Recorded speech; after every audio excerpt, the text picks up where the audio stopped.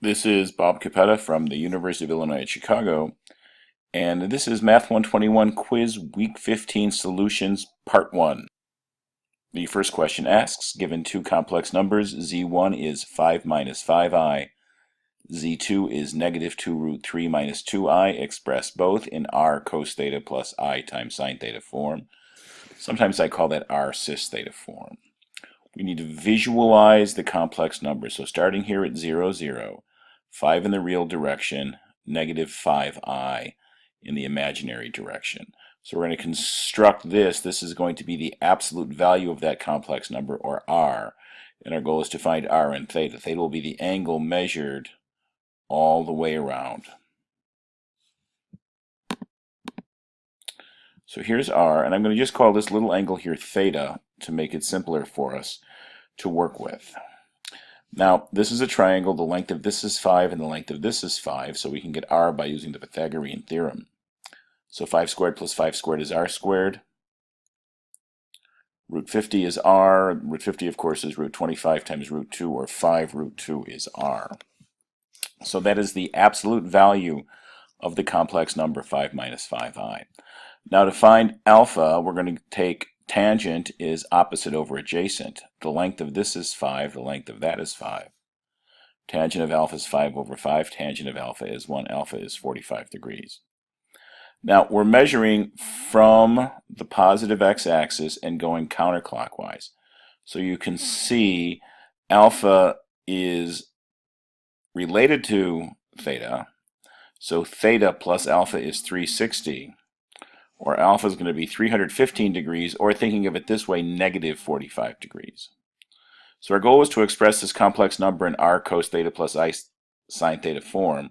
We've done that, r 5 root 2 cos 315 plus I times the sine of 315. So our next one, starting here is 0, 0. Negative 2 root 3 in the real direction, negative 2i in the complex direction. Same argument, we want to find r, and we're going to call this little angle alpha again. But theta, remember, measured from the positive x-axis. So 2 squared plus 2 root 3 squared will be r squared. 4 and 12, 16 is r squared, so 4 is r. Looking at this one, so again, we could think of tangent, or if you prefer, you could think of sine even, right? Sine is opposite over hypotenuse. This length is 2, that's 4. So that's a half. Sine of alpha is a half, alpha is 30 degrees. But I've used tangent here, opposite over adjacent. So the length of this is 2, the length of this is 2 root 3. Tangent of alpha is 1 over root 3, so alpha is 30 degrees. Now we're measuring from the positive x-axis. From here, 180 plus 30 more gives us 210 degrees.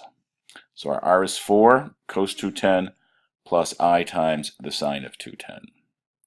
So we've expressed both of those complex numbers in r cis theta form. Now just to give you a quick reminder, I wanted to multiply z1 times z2 using the traditional algebra strategy, just distributing. 5 times negative 2 root 3 is negative 10 root 3. 5 times negative 2i is negative 10i. Negative 5i times negative 2 root 3 would be positive 10i root 3. Negative 5i times negative 2i is positive 10i squared. But I squared is negative 1. So 10 times negative 1 is negative 10. So we'll get negative 10 root 3 minus 10 minus 10i plus 10 root 3i. And just kind of writing it in a plus bi form, this is our standard for complex numbers. Negative 10 root 3 minus 10 plus negative 10 plus 10 root 3i, a plus bi form. Now we want to also use the polar strategy. So we have z1 and z2. If I want to multiply z1 times z2, I multiply the absolute values, I multiply the r's, and just add the angles. So 5 root 2 times 4, cos 315 plus 210 plus I sine 315 plus 210. 5 root 2 times 4 is, of course, 20 root 2. That's cos 525 plus I times the sine of 525. And let's throw out 360 degrees just to make this a little cleaner. And we can rewrite this as 20 root 2 times the cos of 165 degrees plus I times the sine of 165 degrees. This is not an angle we know offhand. You can get there with various sum, difference rules, half angle rules. And you can indeed show that those two values are the same, the answer for C and the answer for B. But I will leave that for you to do as an exercise if you are interested. Next, we want a graph. We have y equals the sine of pi x over 2 minus 3. This 4 is going to give us amplitude. This minus 3 is going to tell us to shift everything down 3 units.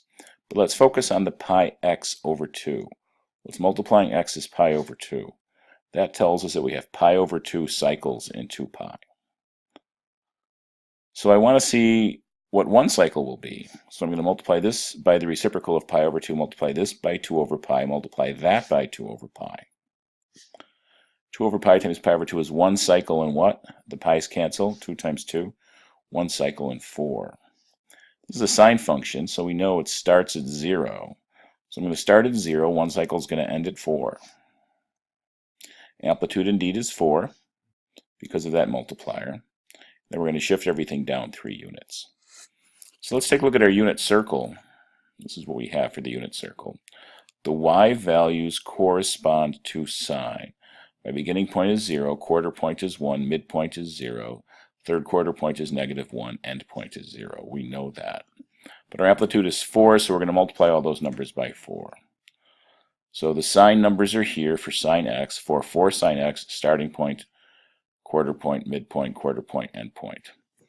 So we know we've got to go 0, 4, 0, -4, 0. One cycle in 4 starting at 0, so what will that look like? 0, 4, 0, -4, 0.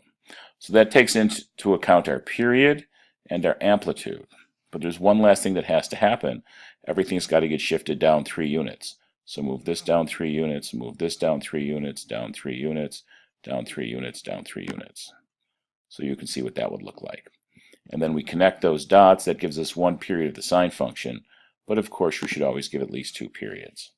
So here's a version of that that has several periods of that fundamental sine function. In this question, we have sec theta is 5 over 2. Theta is in quadrant 1. So quadrant 1 is nice. All 6 trig functions are positive. Let's kind of keep that in mind. We want to get sine theta, cos 2 theta, and sine theta over 2. So if sec theta is 5/2, let's take the reciprocal. Reciprocal of secant is cosine. So cosine of theta is 2/5. Now how to get sine? I prefer to use the fundamental trig identity of cos squared theta plus sine squared theta is 1. Cos theta is 2/5. Cos squared theta will be 4/25. So we have 4/25 plus sine squared theta is 1. Subtract 4/25 from both sides. 1 is 25/25 minus 4/25 is 21/25. Taking the square root, sine is plus or minus the square root of 21/25. But we said we're in quadrant 1. So if that's the case, we know it's positive. So sine of theta will be root 21 over root 25, or root 21 over 5. And again, it's positive because theta is in quadrant 1. Now, if we know sine theta and cos theta, we should be able to easily get the other 2 questions that we're asked for. So if I want cos 2 theta, our identity is cos squared theta minus sine squared theta. Let's take cos theta and square it. Let's take sine theta and square it. 2/5 squared minus root 21 over 5 squared. 4/25 minus 21/25, which of course will give us -17/25. And we've got one more question here, namely sine of theta over 2, which is plus or minus the square root of 1 minus cos theta over 2. But only one of those plus or minuses is correct. Remember, we said theta was in quadrant 1, so we're from 0 to 90 degrees. If I take theta over 2, that's from 0 to 45 degrees. So it's still in quadrant 1. So I'm going to use the positive version. So plugging in the 2/5 in for cosine, we have our positive version, 1 minus 2/5 over 2. Well, 1 is what? 5/5 minus 2/5, 3/5 over 2? 3/5 divided by 2 is 3/5 times 1/2, or 3/10. So sine of theta over 2 is the square root of 3/10. Good enough for us there.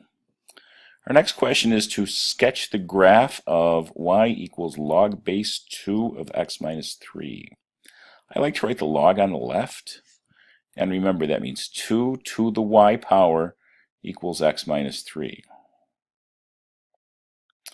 So let's go ahead and add 3 to both sides. So 3 plus 2 to the y equals x. Now I'm going to make a table of values, choosing various values for y. Let's find out what the values are for x. So let's see if y is 0, 2 to the 0 is 1, 1 plus 3 is 4, x has to be 4 when y is 0. If y is 1, 2 to the 1 is 2, 2 plus 3 is 5. So x is 5 when y is 1. So I've got a whole table of this. Starting with y values, 0, 1, 2, negative 1, negative 2, negative 3, I plug those in and we have the various x values. 2 to the 0 is 1, 3 plus 1 is 4, 2 to the 1 is 2, 3 plus 2 is 5, 2 to the 2 is 4, 3 plus 4 is 7. 2 to the negative 1 is a half, 3 plus a half is 3 1/2. 2 to the negative 2 is a quarter, 3 plus a quarter is 3 1/4. 2 to the negative 3 is an eighth, 3 plus an eighth is 3.125. So we're going to graph 4, 0, 5, 1, 7, 2, 3 1/2, negative 1, 3 1/4, negative 2, 3 1/8, negative 3, and it looks like that. So you'll notice we have an asymptote here at 3, that as we approach 3, the y values get closer and closer to 0, and those grow. So that's what the graph looks like for that function. And let's do one more here. We have this function 2x squared minus 8x plus 6 over x squared plus 4x minus 5. We want the horizontal and vertical asymptotes. So starting with this, we want to factor. Factoring out a 2 of the numerator, and then we can factor this polynomial and this polynomial. Top is x minus 3 times x minus 1. Bottom is x plus 5 times x minus 1. X minus 1's go away, and I get 2 times x minus 3 over x plus 5. So x minus 1, or when x equals 1, that is not in the domain of the function. That will be a hole in the graph because that cancels. But x plus 5 does not cancel. So when x plus 5 is 0, we'll have a vertical asymptote at x equals negative 5. Now, for the horizontal asymptotes, we have to think about the limit as this function goes to infinity. So what is the limit as x goes to infinity of this function? You'll recognize the coefficients of the highest power. This is 2x squared on top, 1x squared on the bottom. You can look at this immediately and see that it's going to go to 2. So y equals 2 will be a horizontal asymptote. But I'll be more formal. I'm going to divide the numerator and denominator by x squared. It's the highest power of the denominator. And then you'll see what we get here. As x goes to infinity, this goes to 0, this goes to 0, this goes to 0, this goes to 0. 8 over a large number goes to 0, 6 over a large number goes to 0. So this is what we get, and 2 is our limit as x goes to infinity. So y equals 2 is our horizontal asymptote for that function. Next we have 5e to the 2x plus 1 is 21. Let's subtract 1. 5e to the 2x is 20. Divide by 5. So e to the 2x is 4. Next we'll hit with a logarithm. Natural log of e to the 2x is natural log 4. So we can pull the 2x down front. That's 2x natural log e is log 4. Natural log of e is 1. 2x is log 4. X is log 4 divided by 2. Next question is a graph. We want to construct a polynomial that looks like this. I have a 0 at negative 6, a 0 at negative 1, a 0 at 3. And it looks like an upside down parabola. It looks like negative x squared. So this will be an even polynomial, but the leading coefficient has to be negative. Let's focus on our multiplicities of our zeros. So negative 6 has a multiplicity of 1 since it pierces. Negative 1 has a multiplicity of 1, but 3 is going to have a multiplicity of 2 because it bounces. And again, since it is like negative x squared, we can recognize that the leading coefficient is going to have to be negative. So let's put all this together. Those are our multiplicities. So if x equals negative 6, that means x plus 6 is 0. Multiplicity of 1 tells me x plus 6 to the first power is what we're dealing with.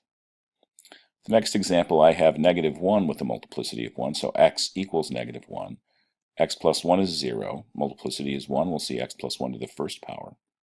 And then we have 3 with a multiplicity of 2. So what do we get there? X is 3. X minus 3 is 0. X minus 3 squared. So put all those together with some kind of a negative coefficient, And we have an answer that looks like that. And that will conclude this part of the lesson.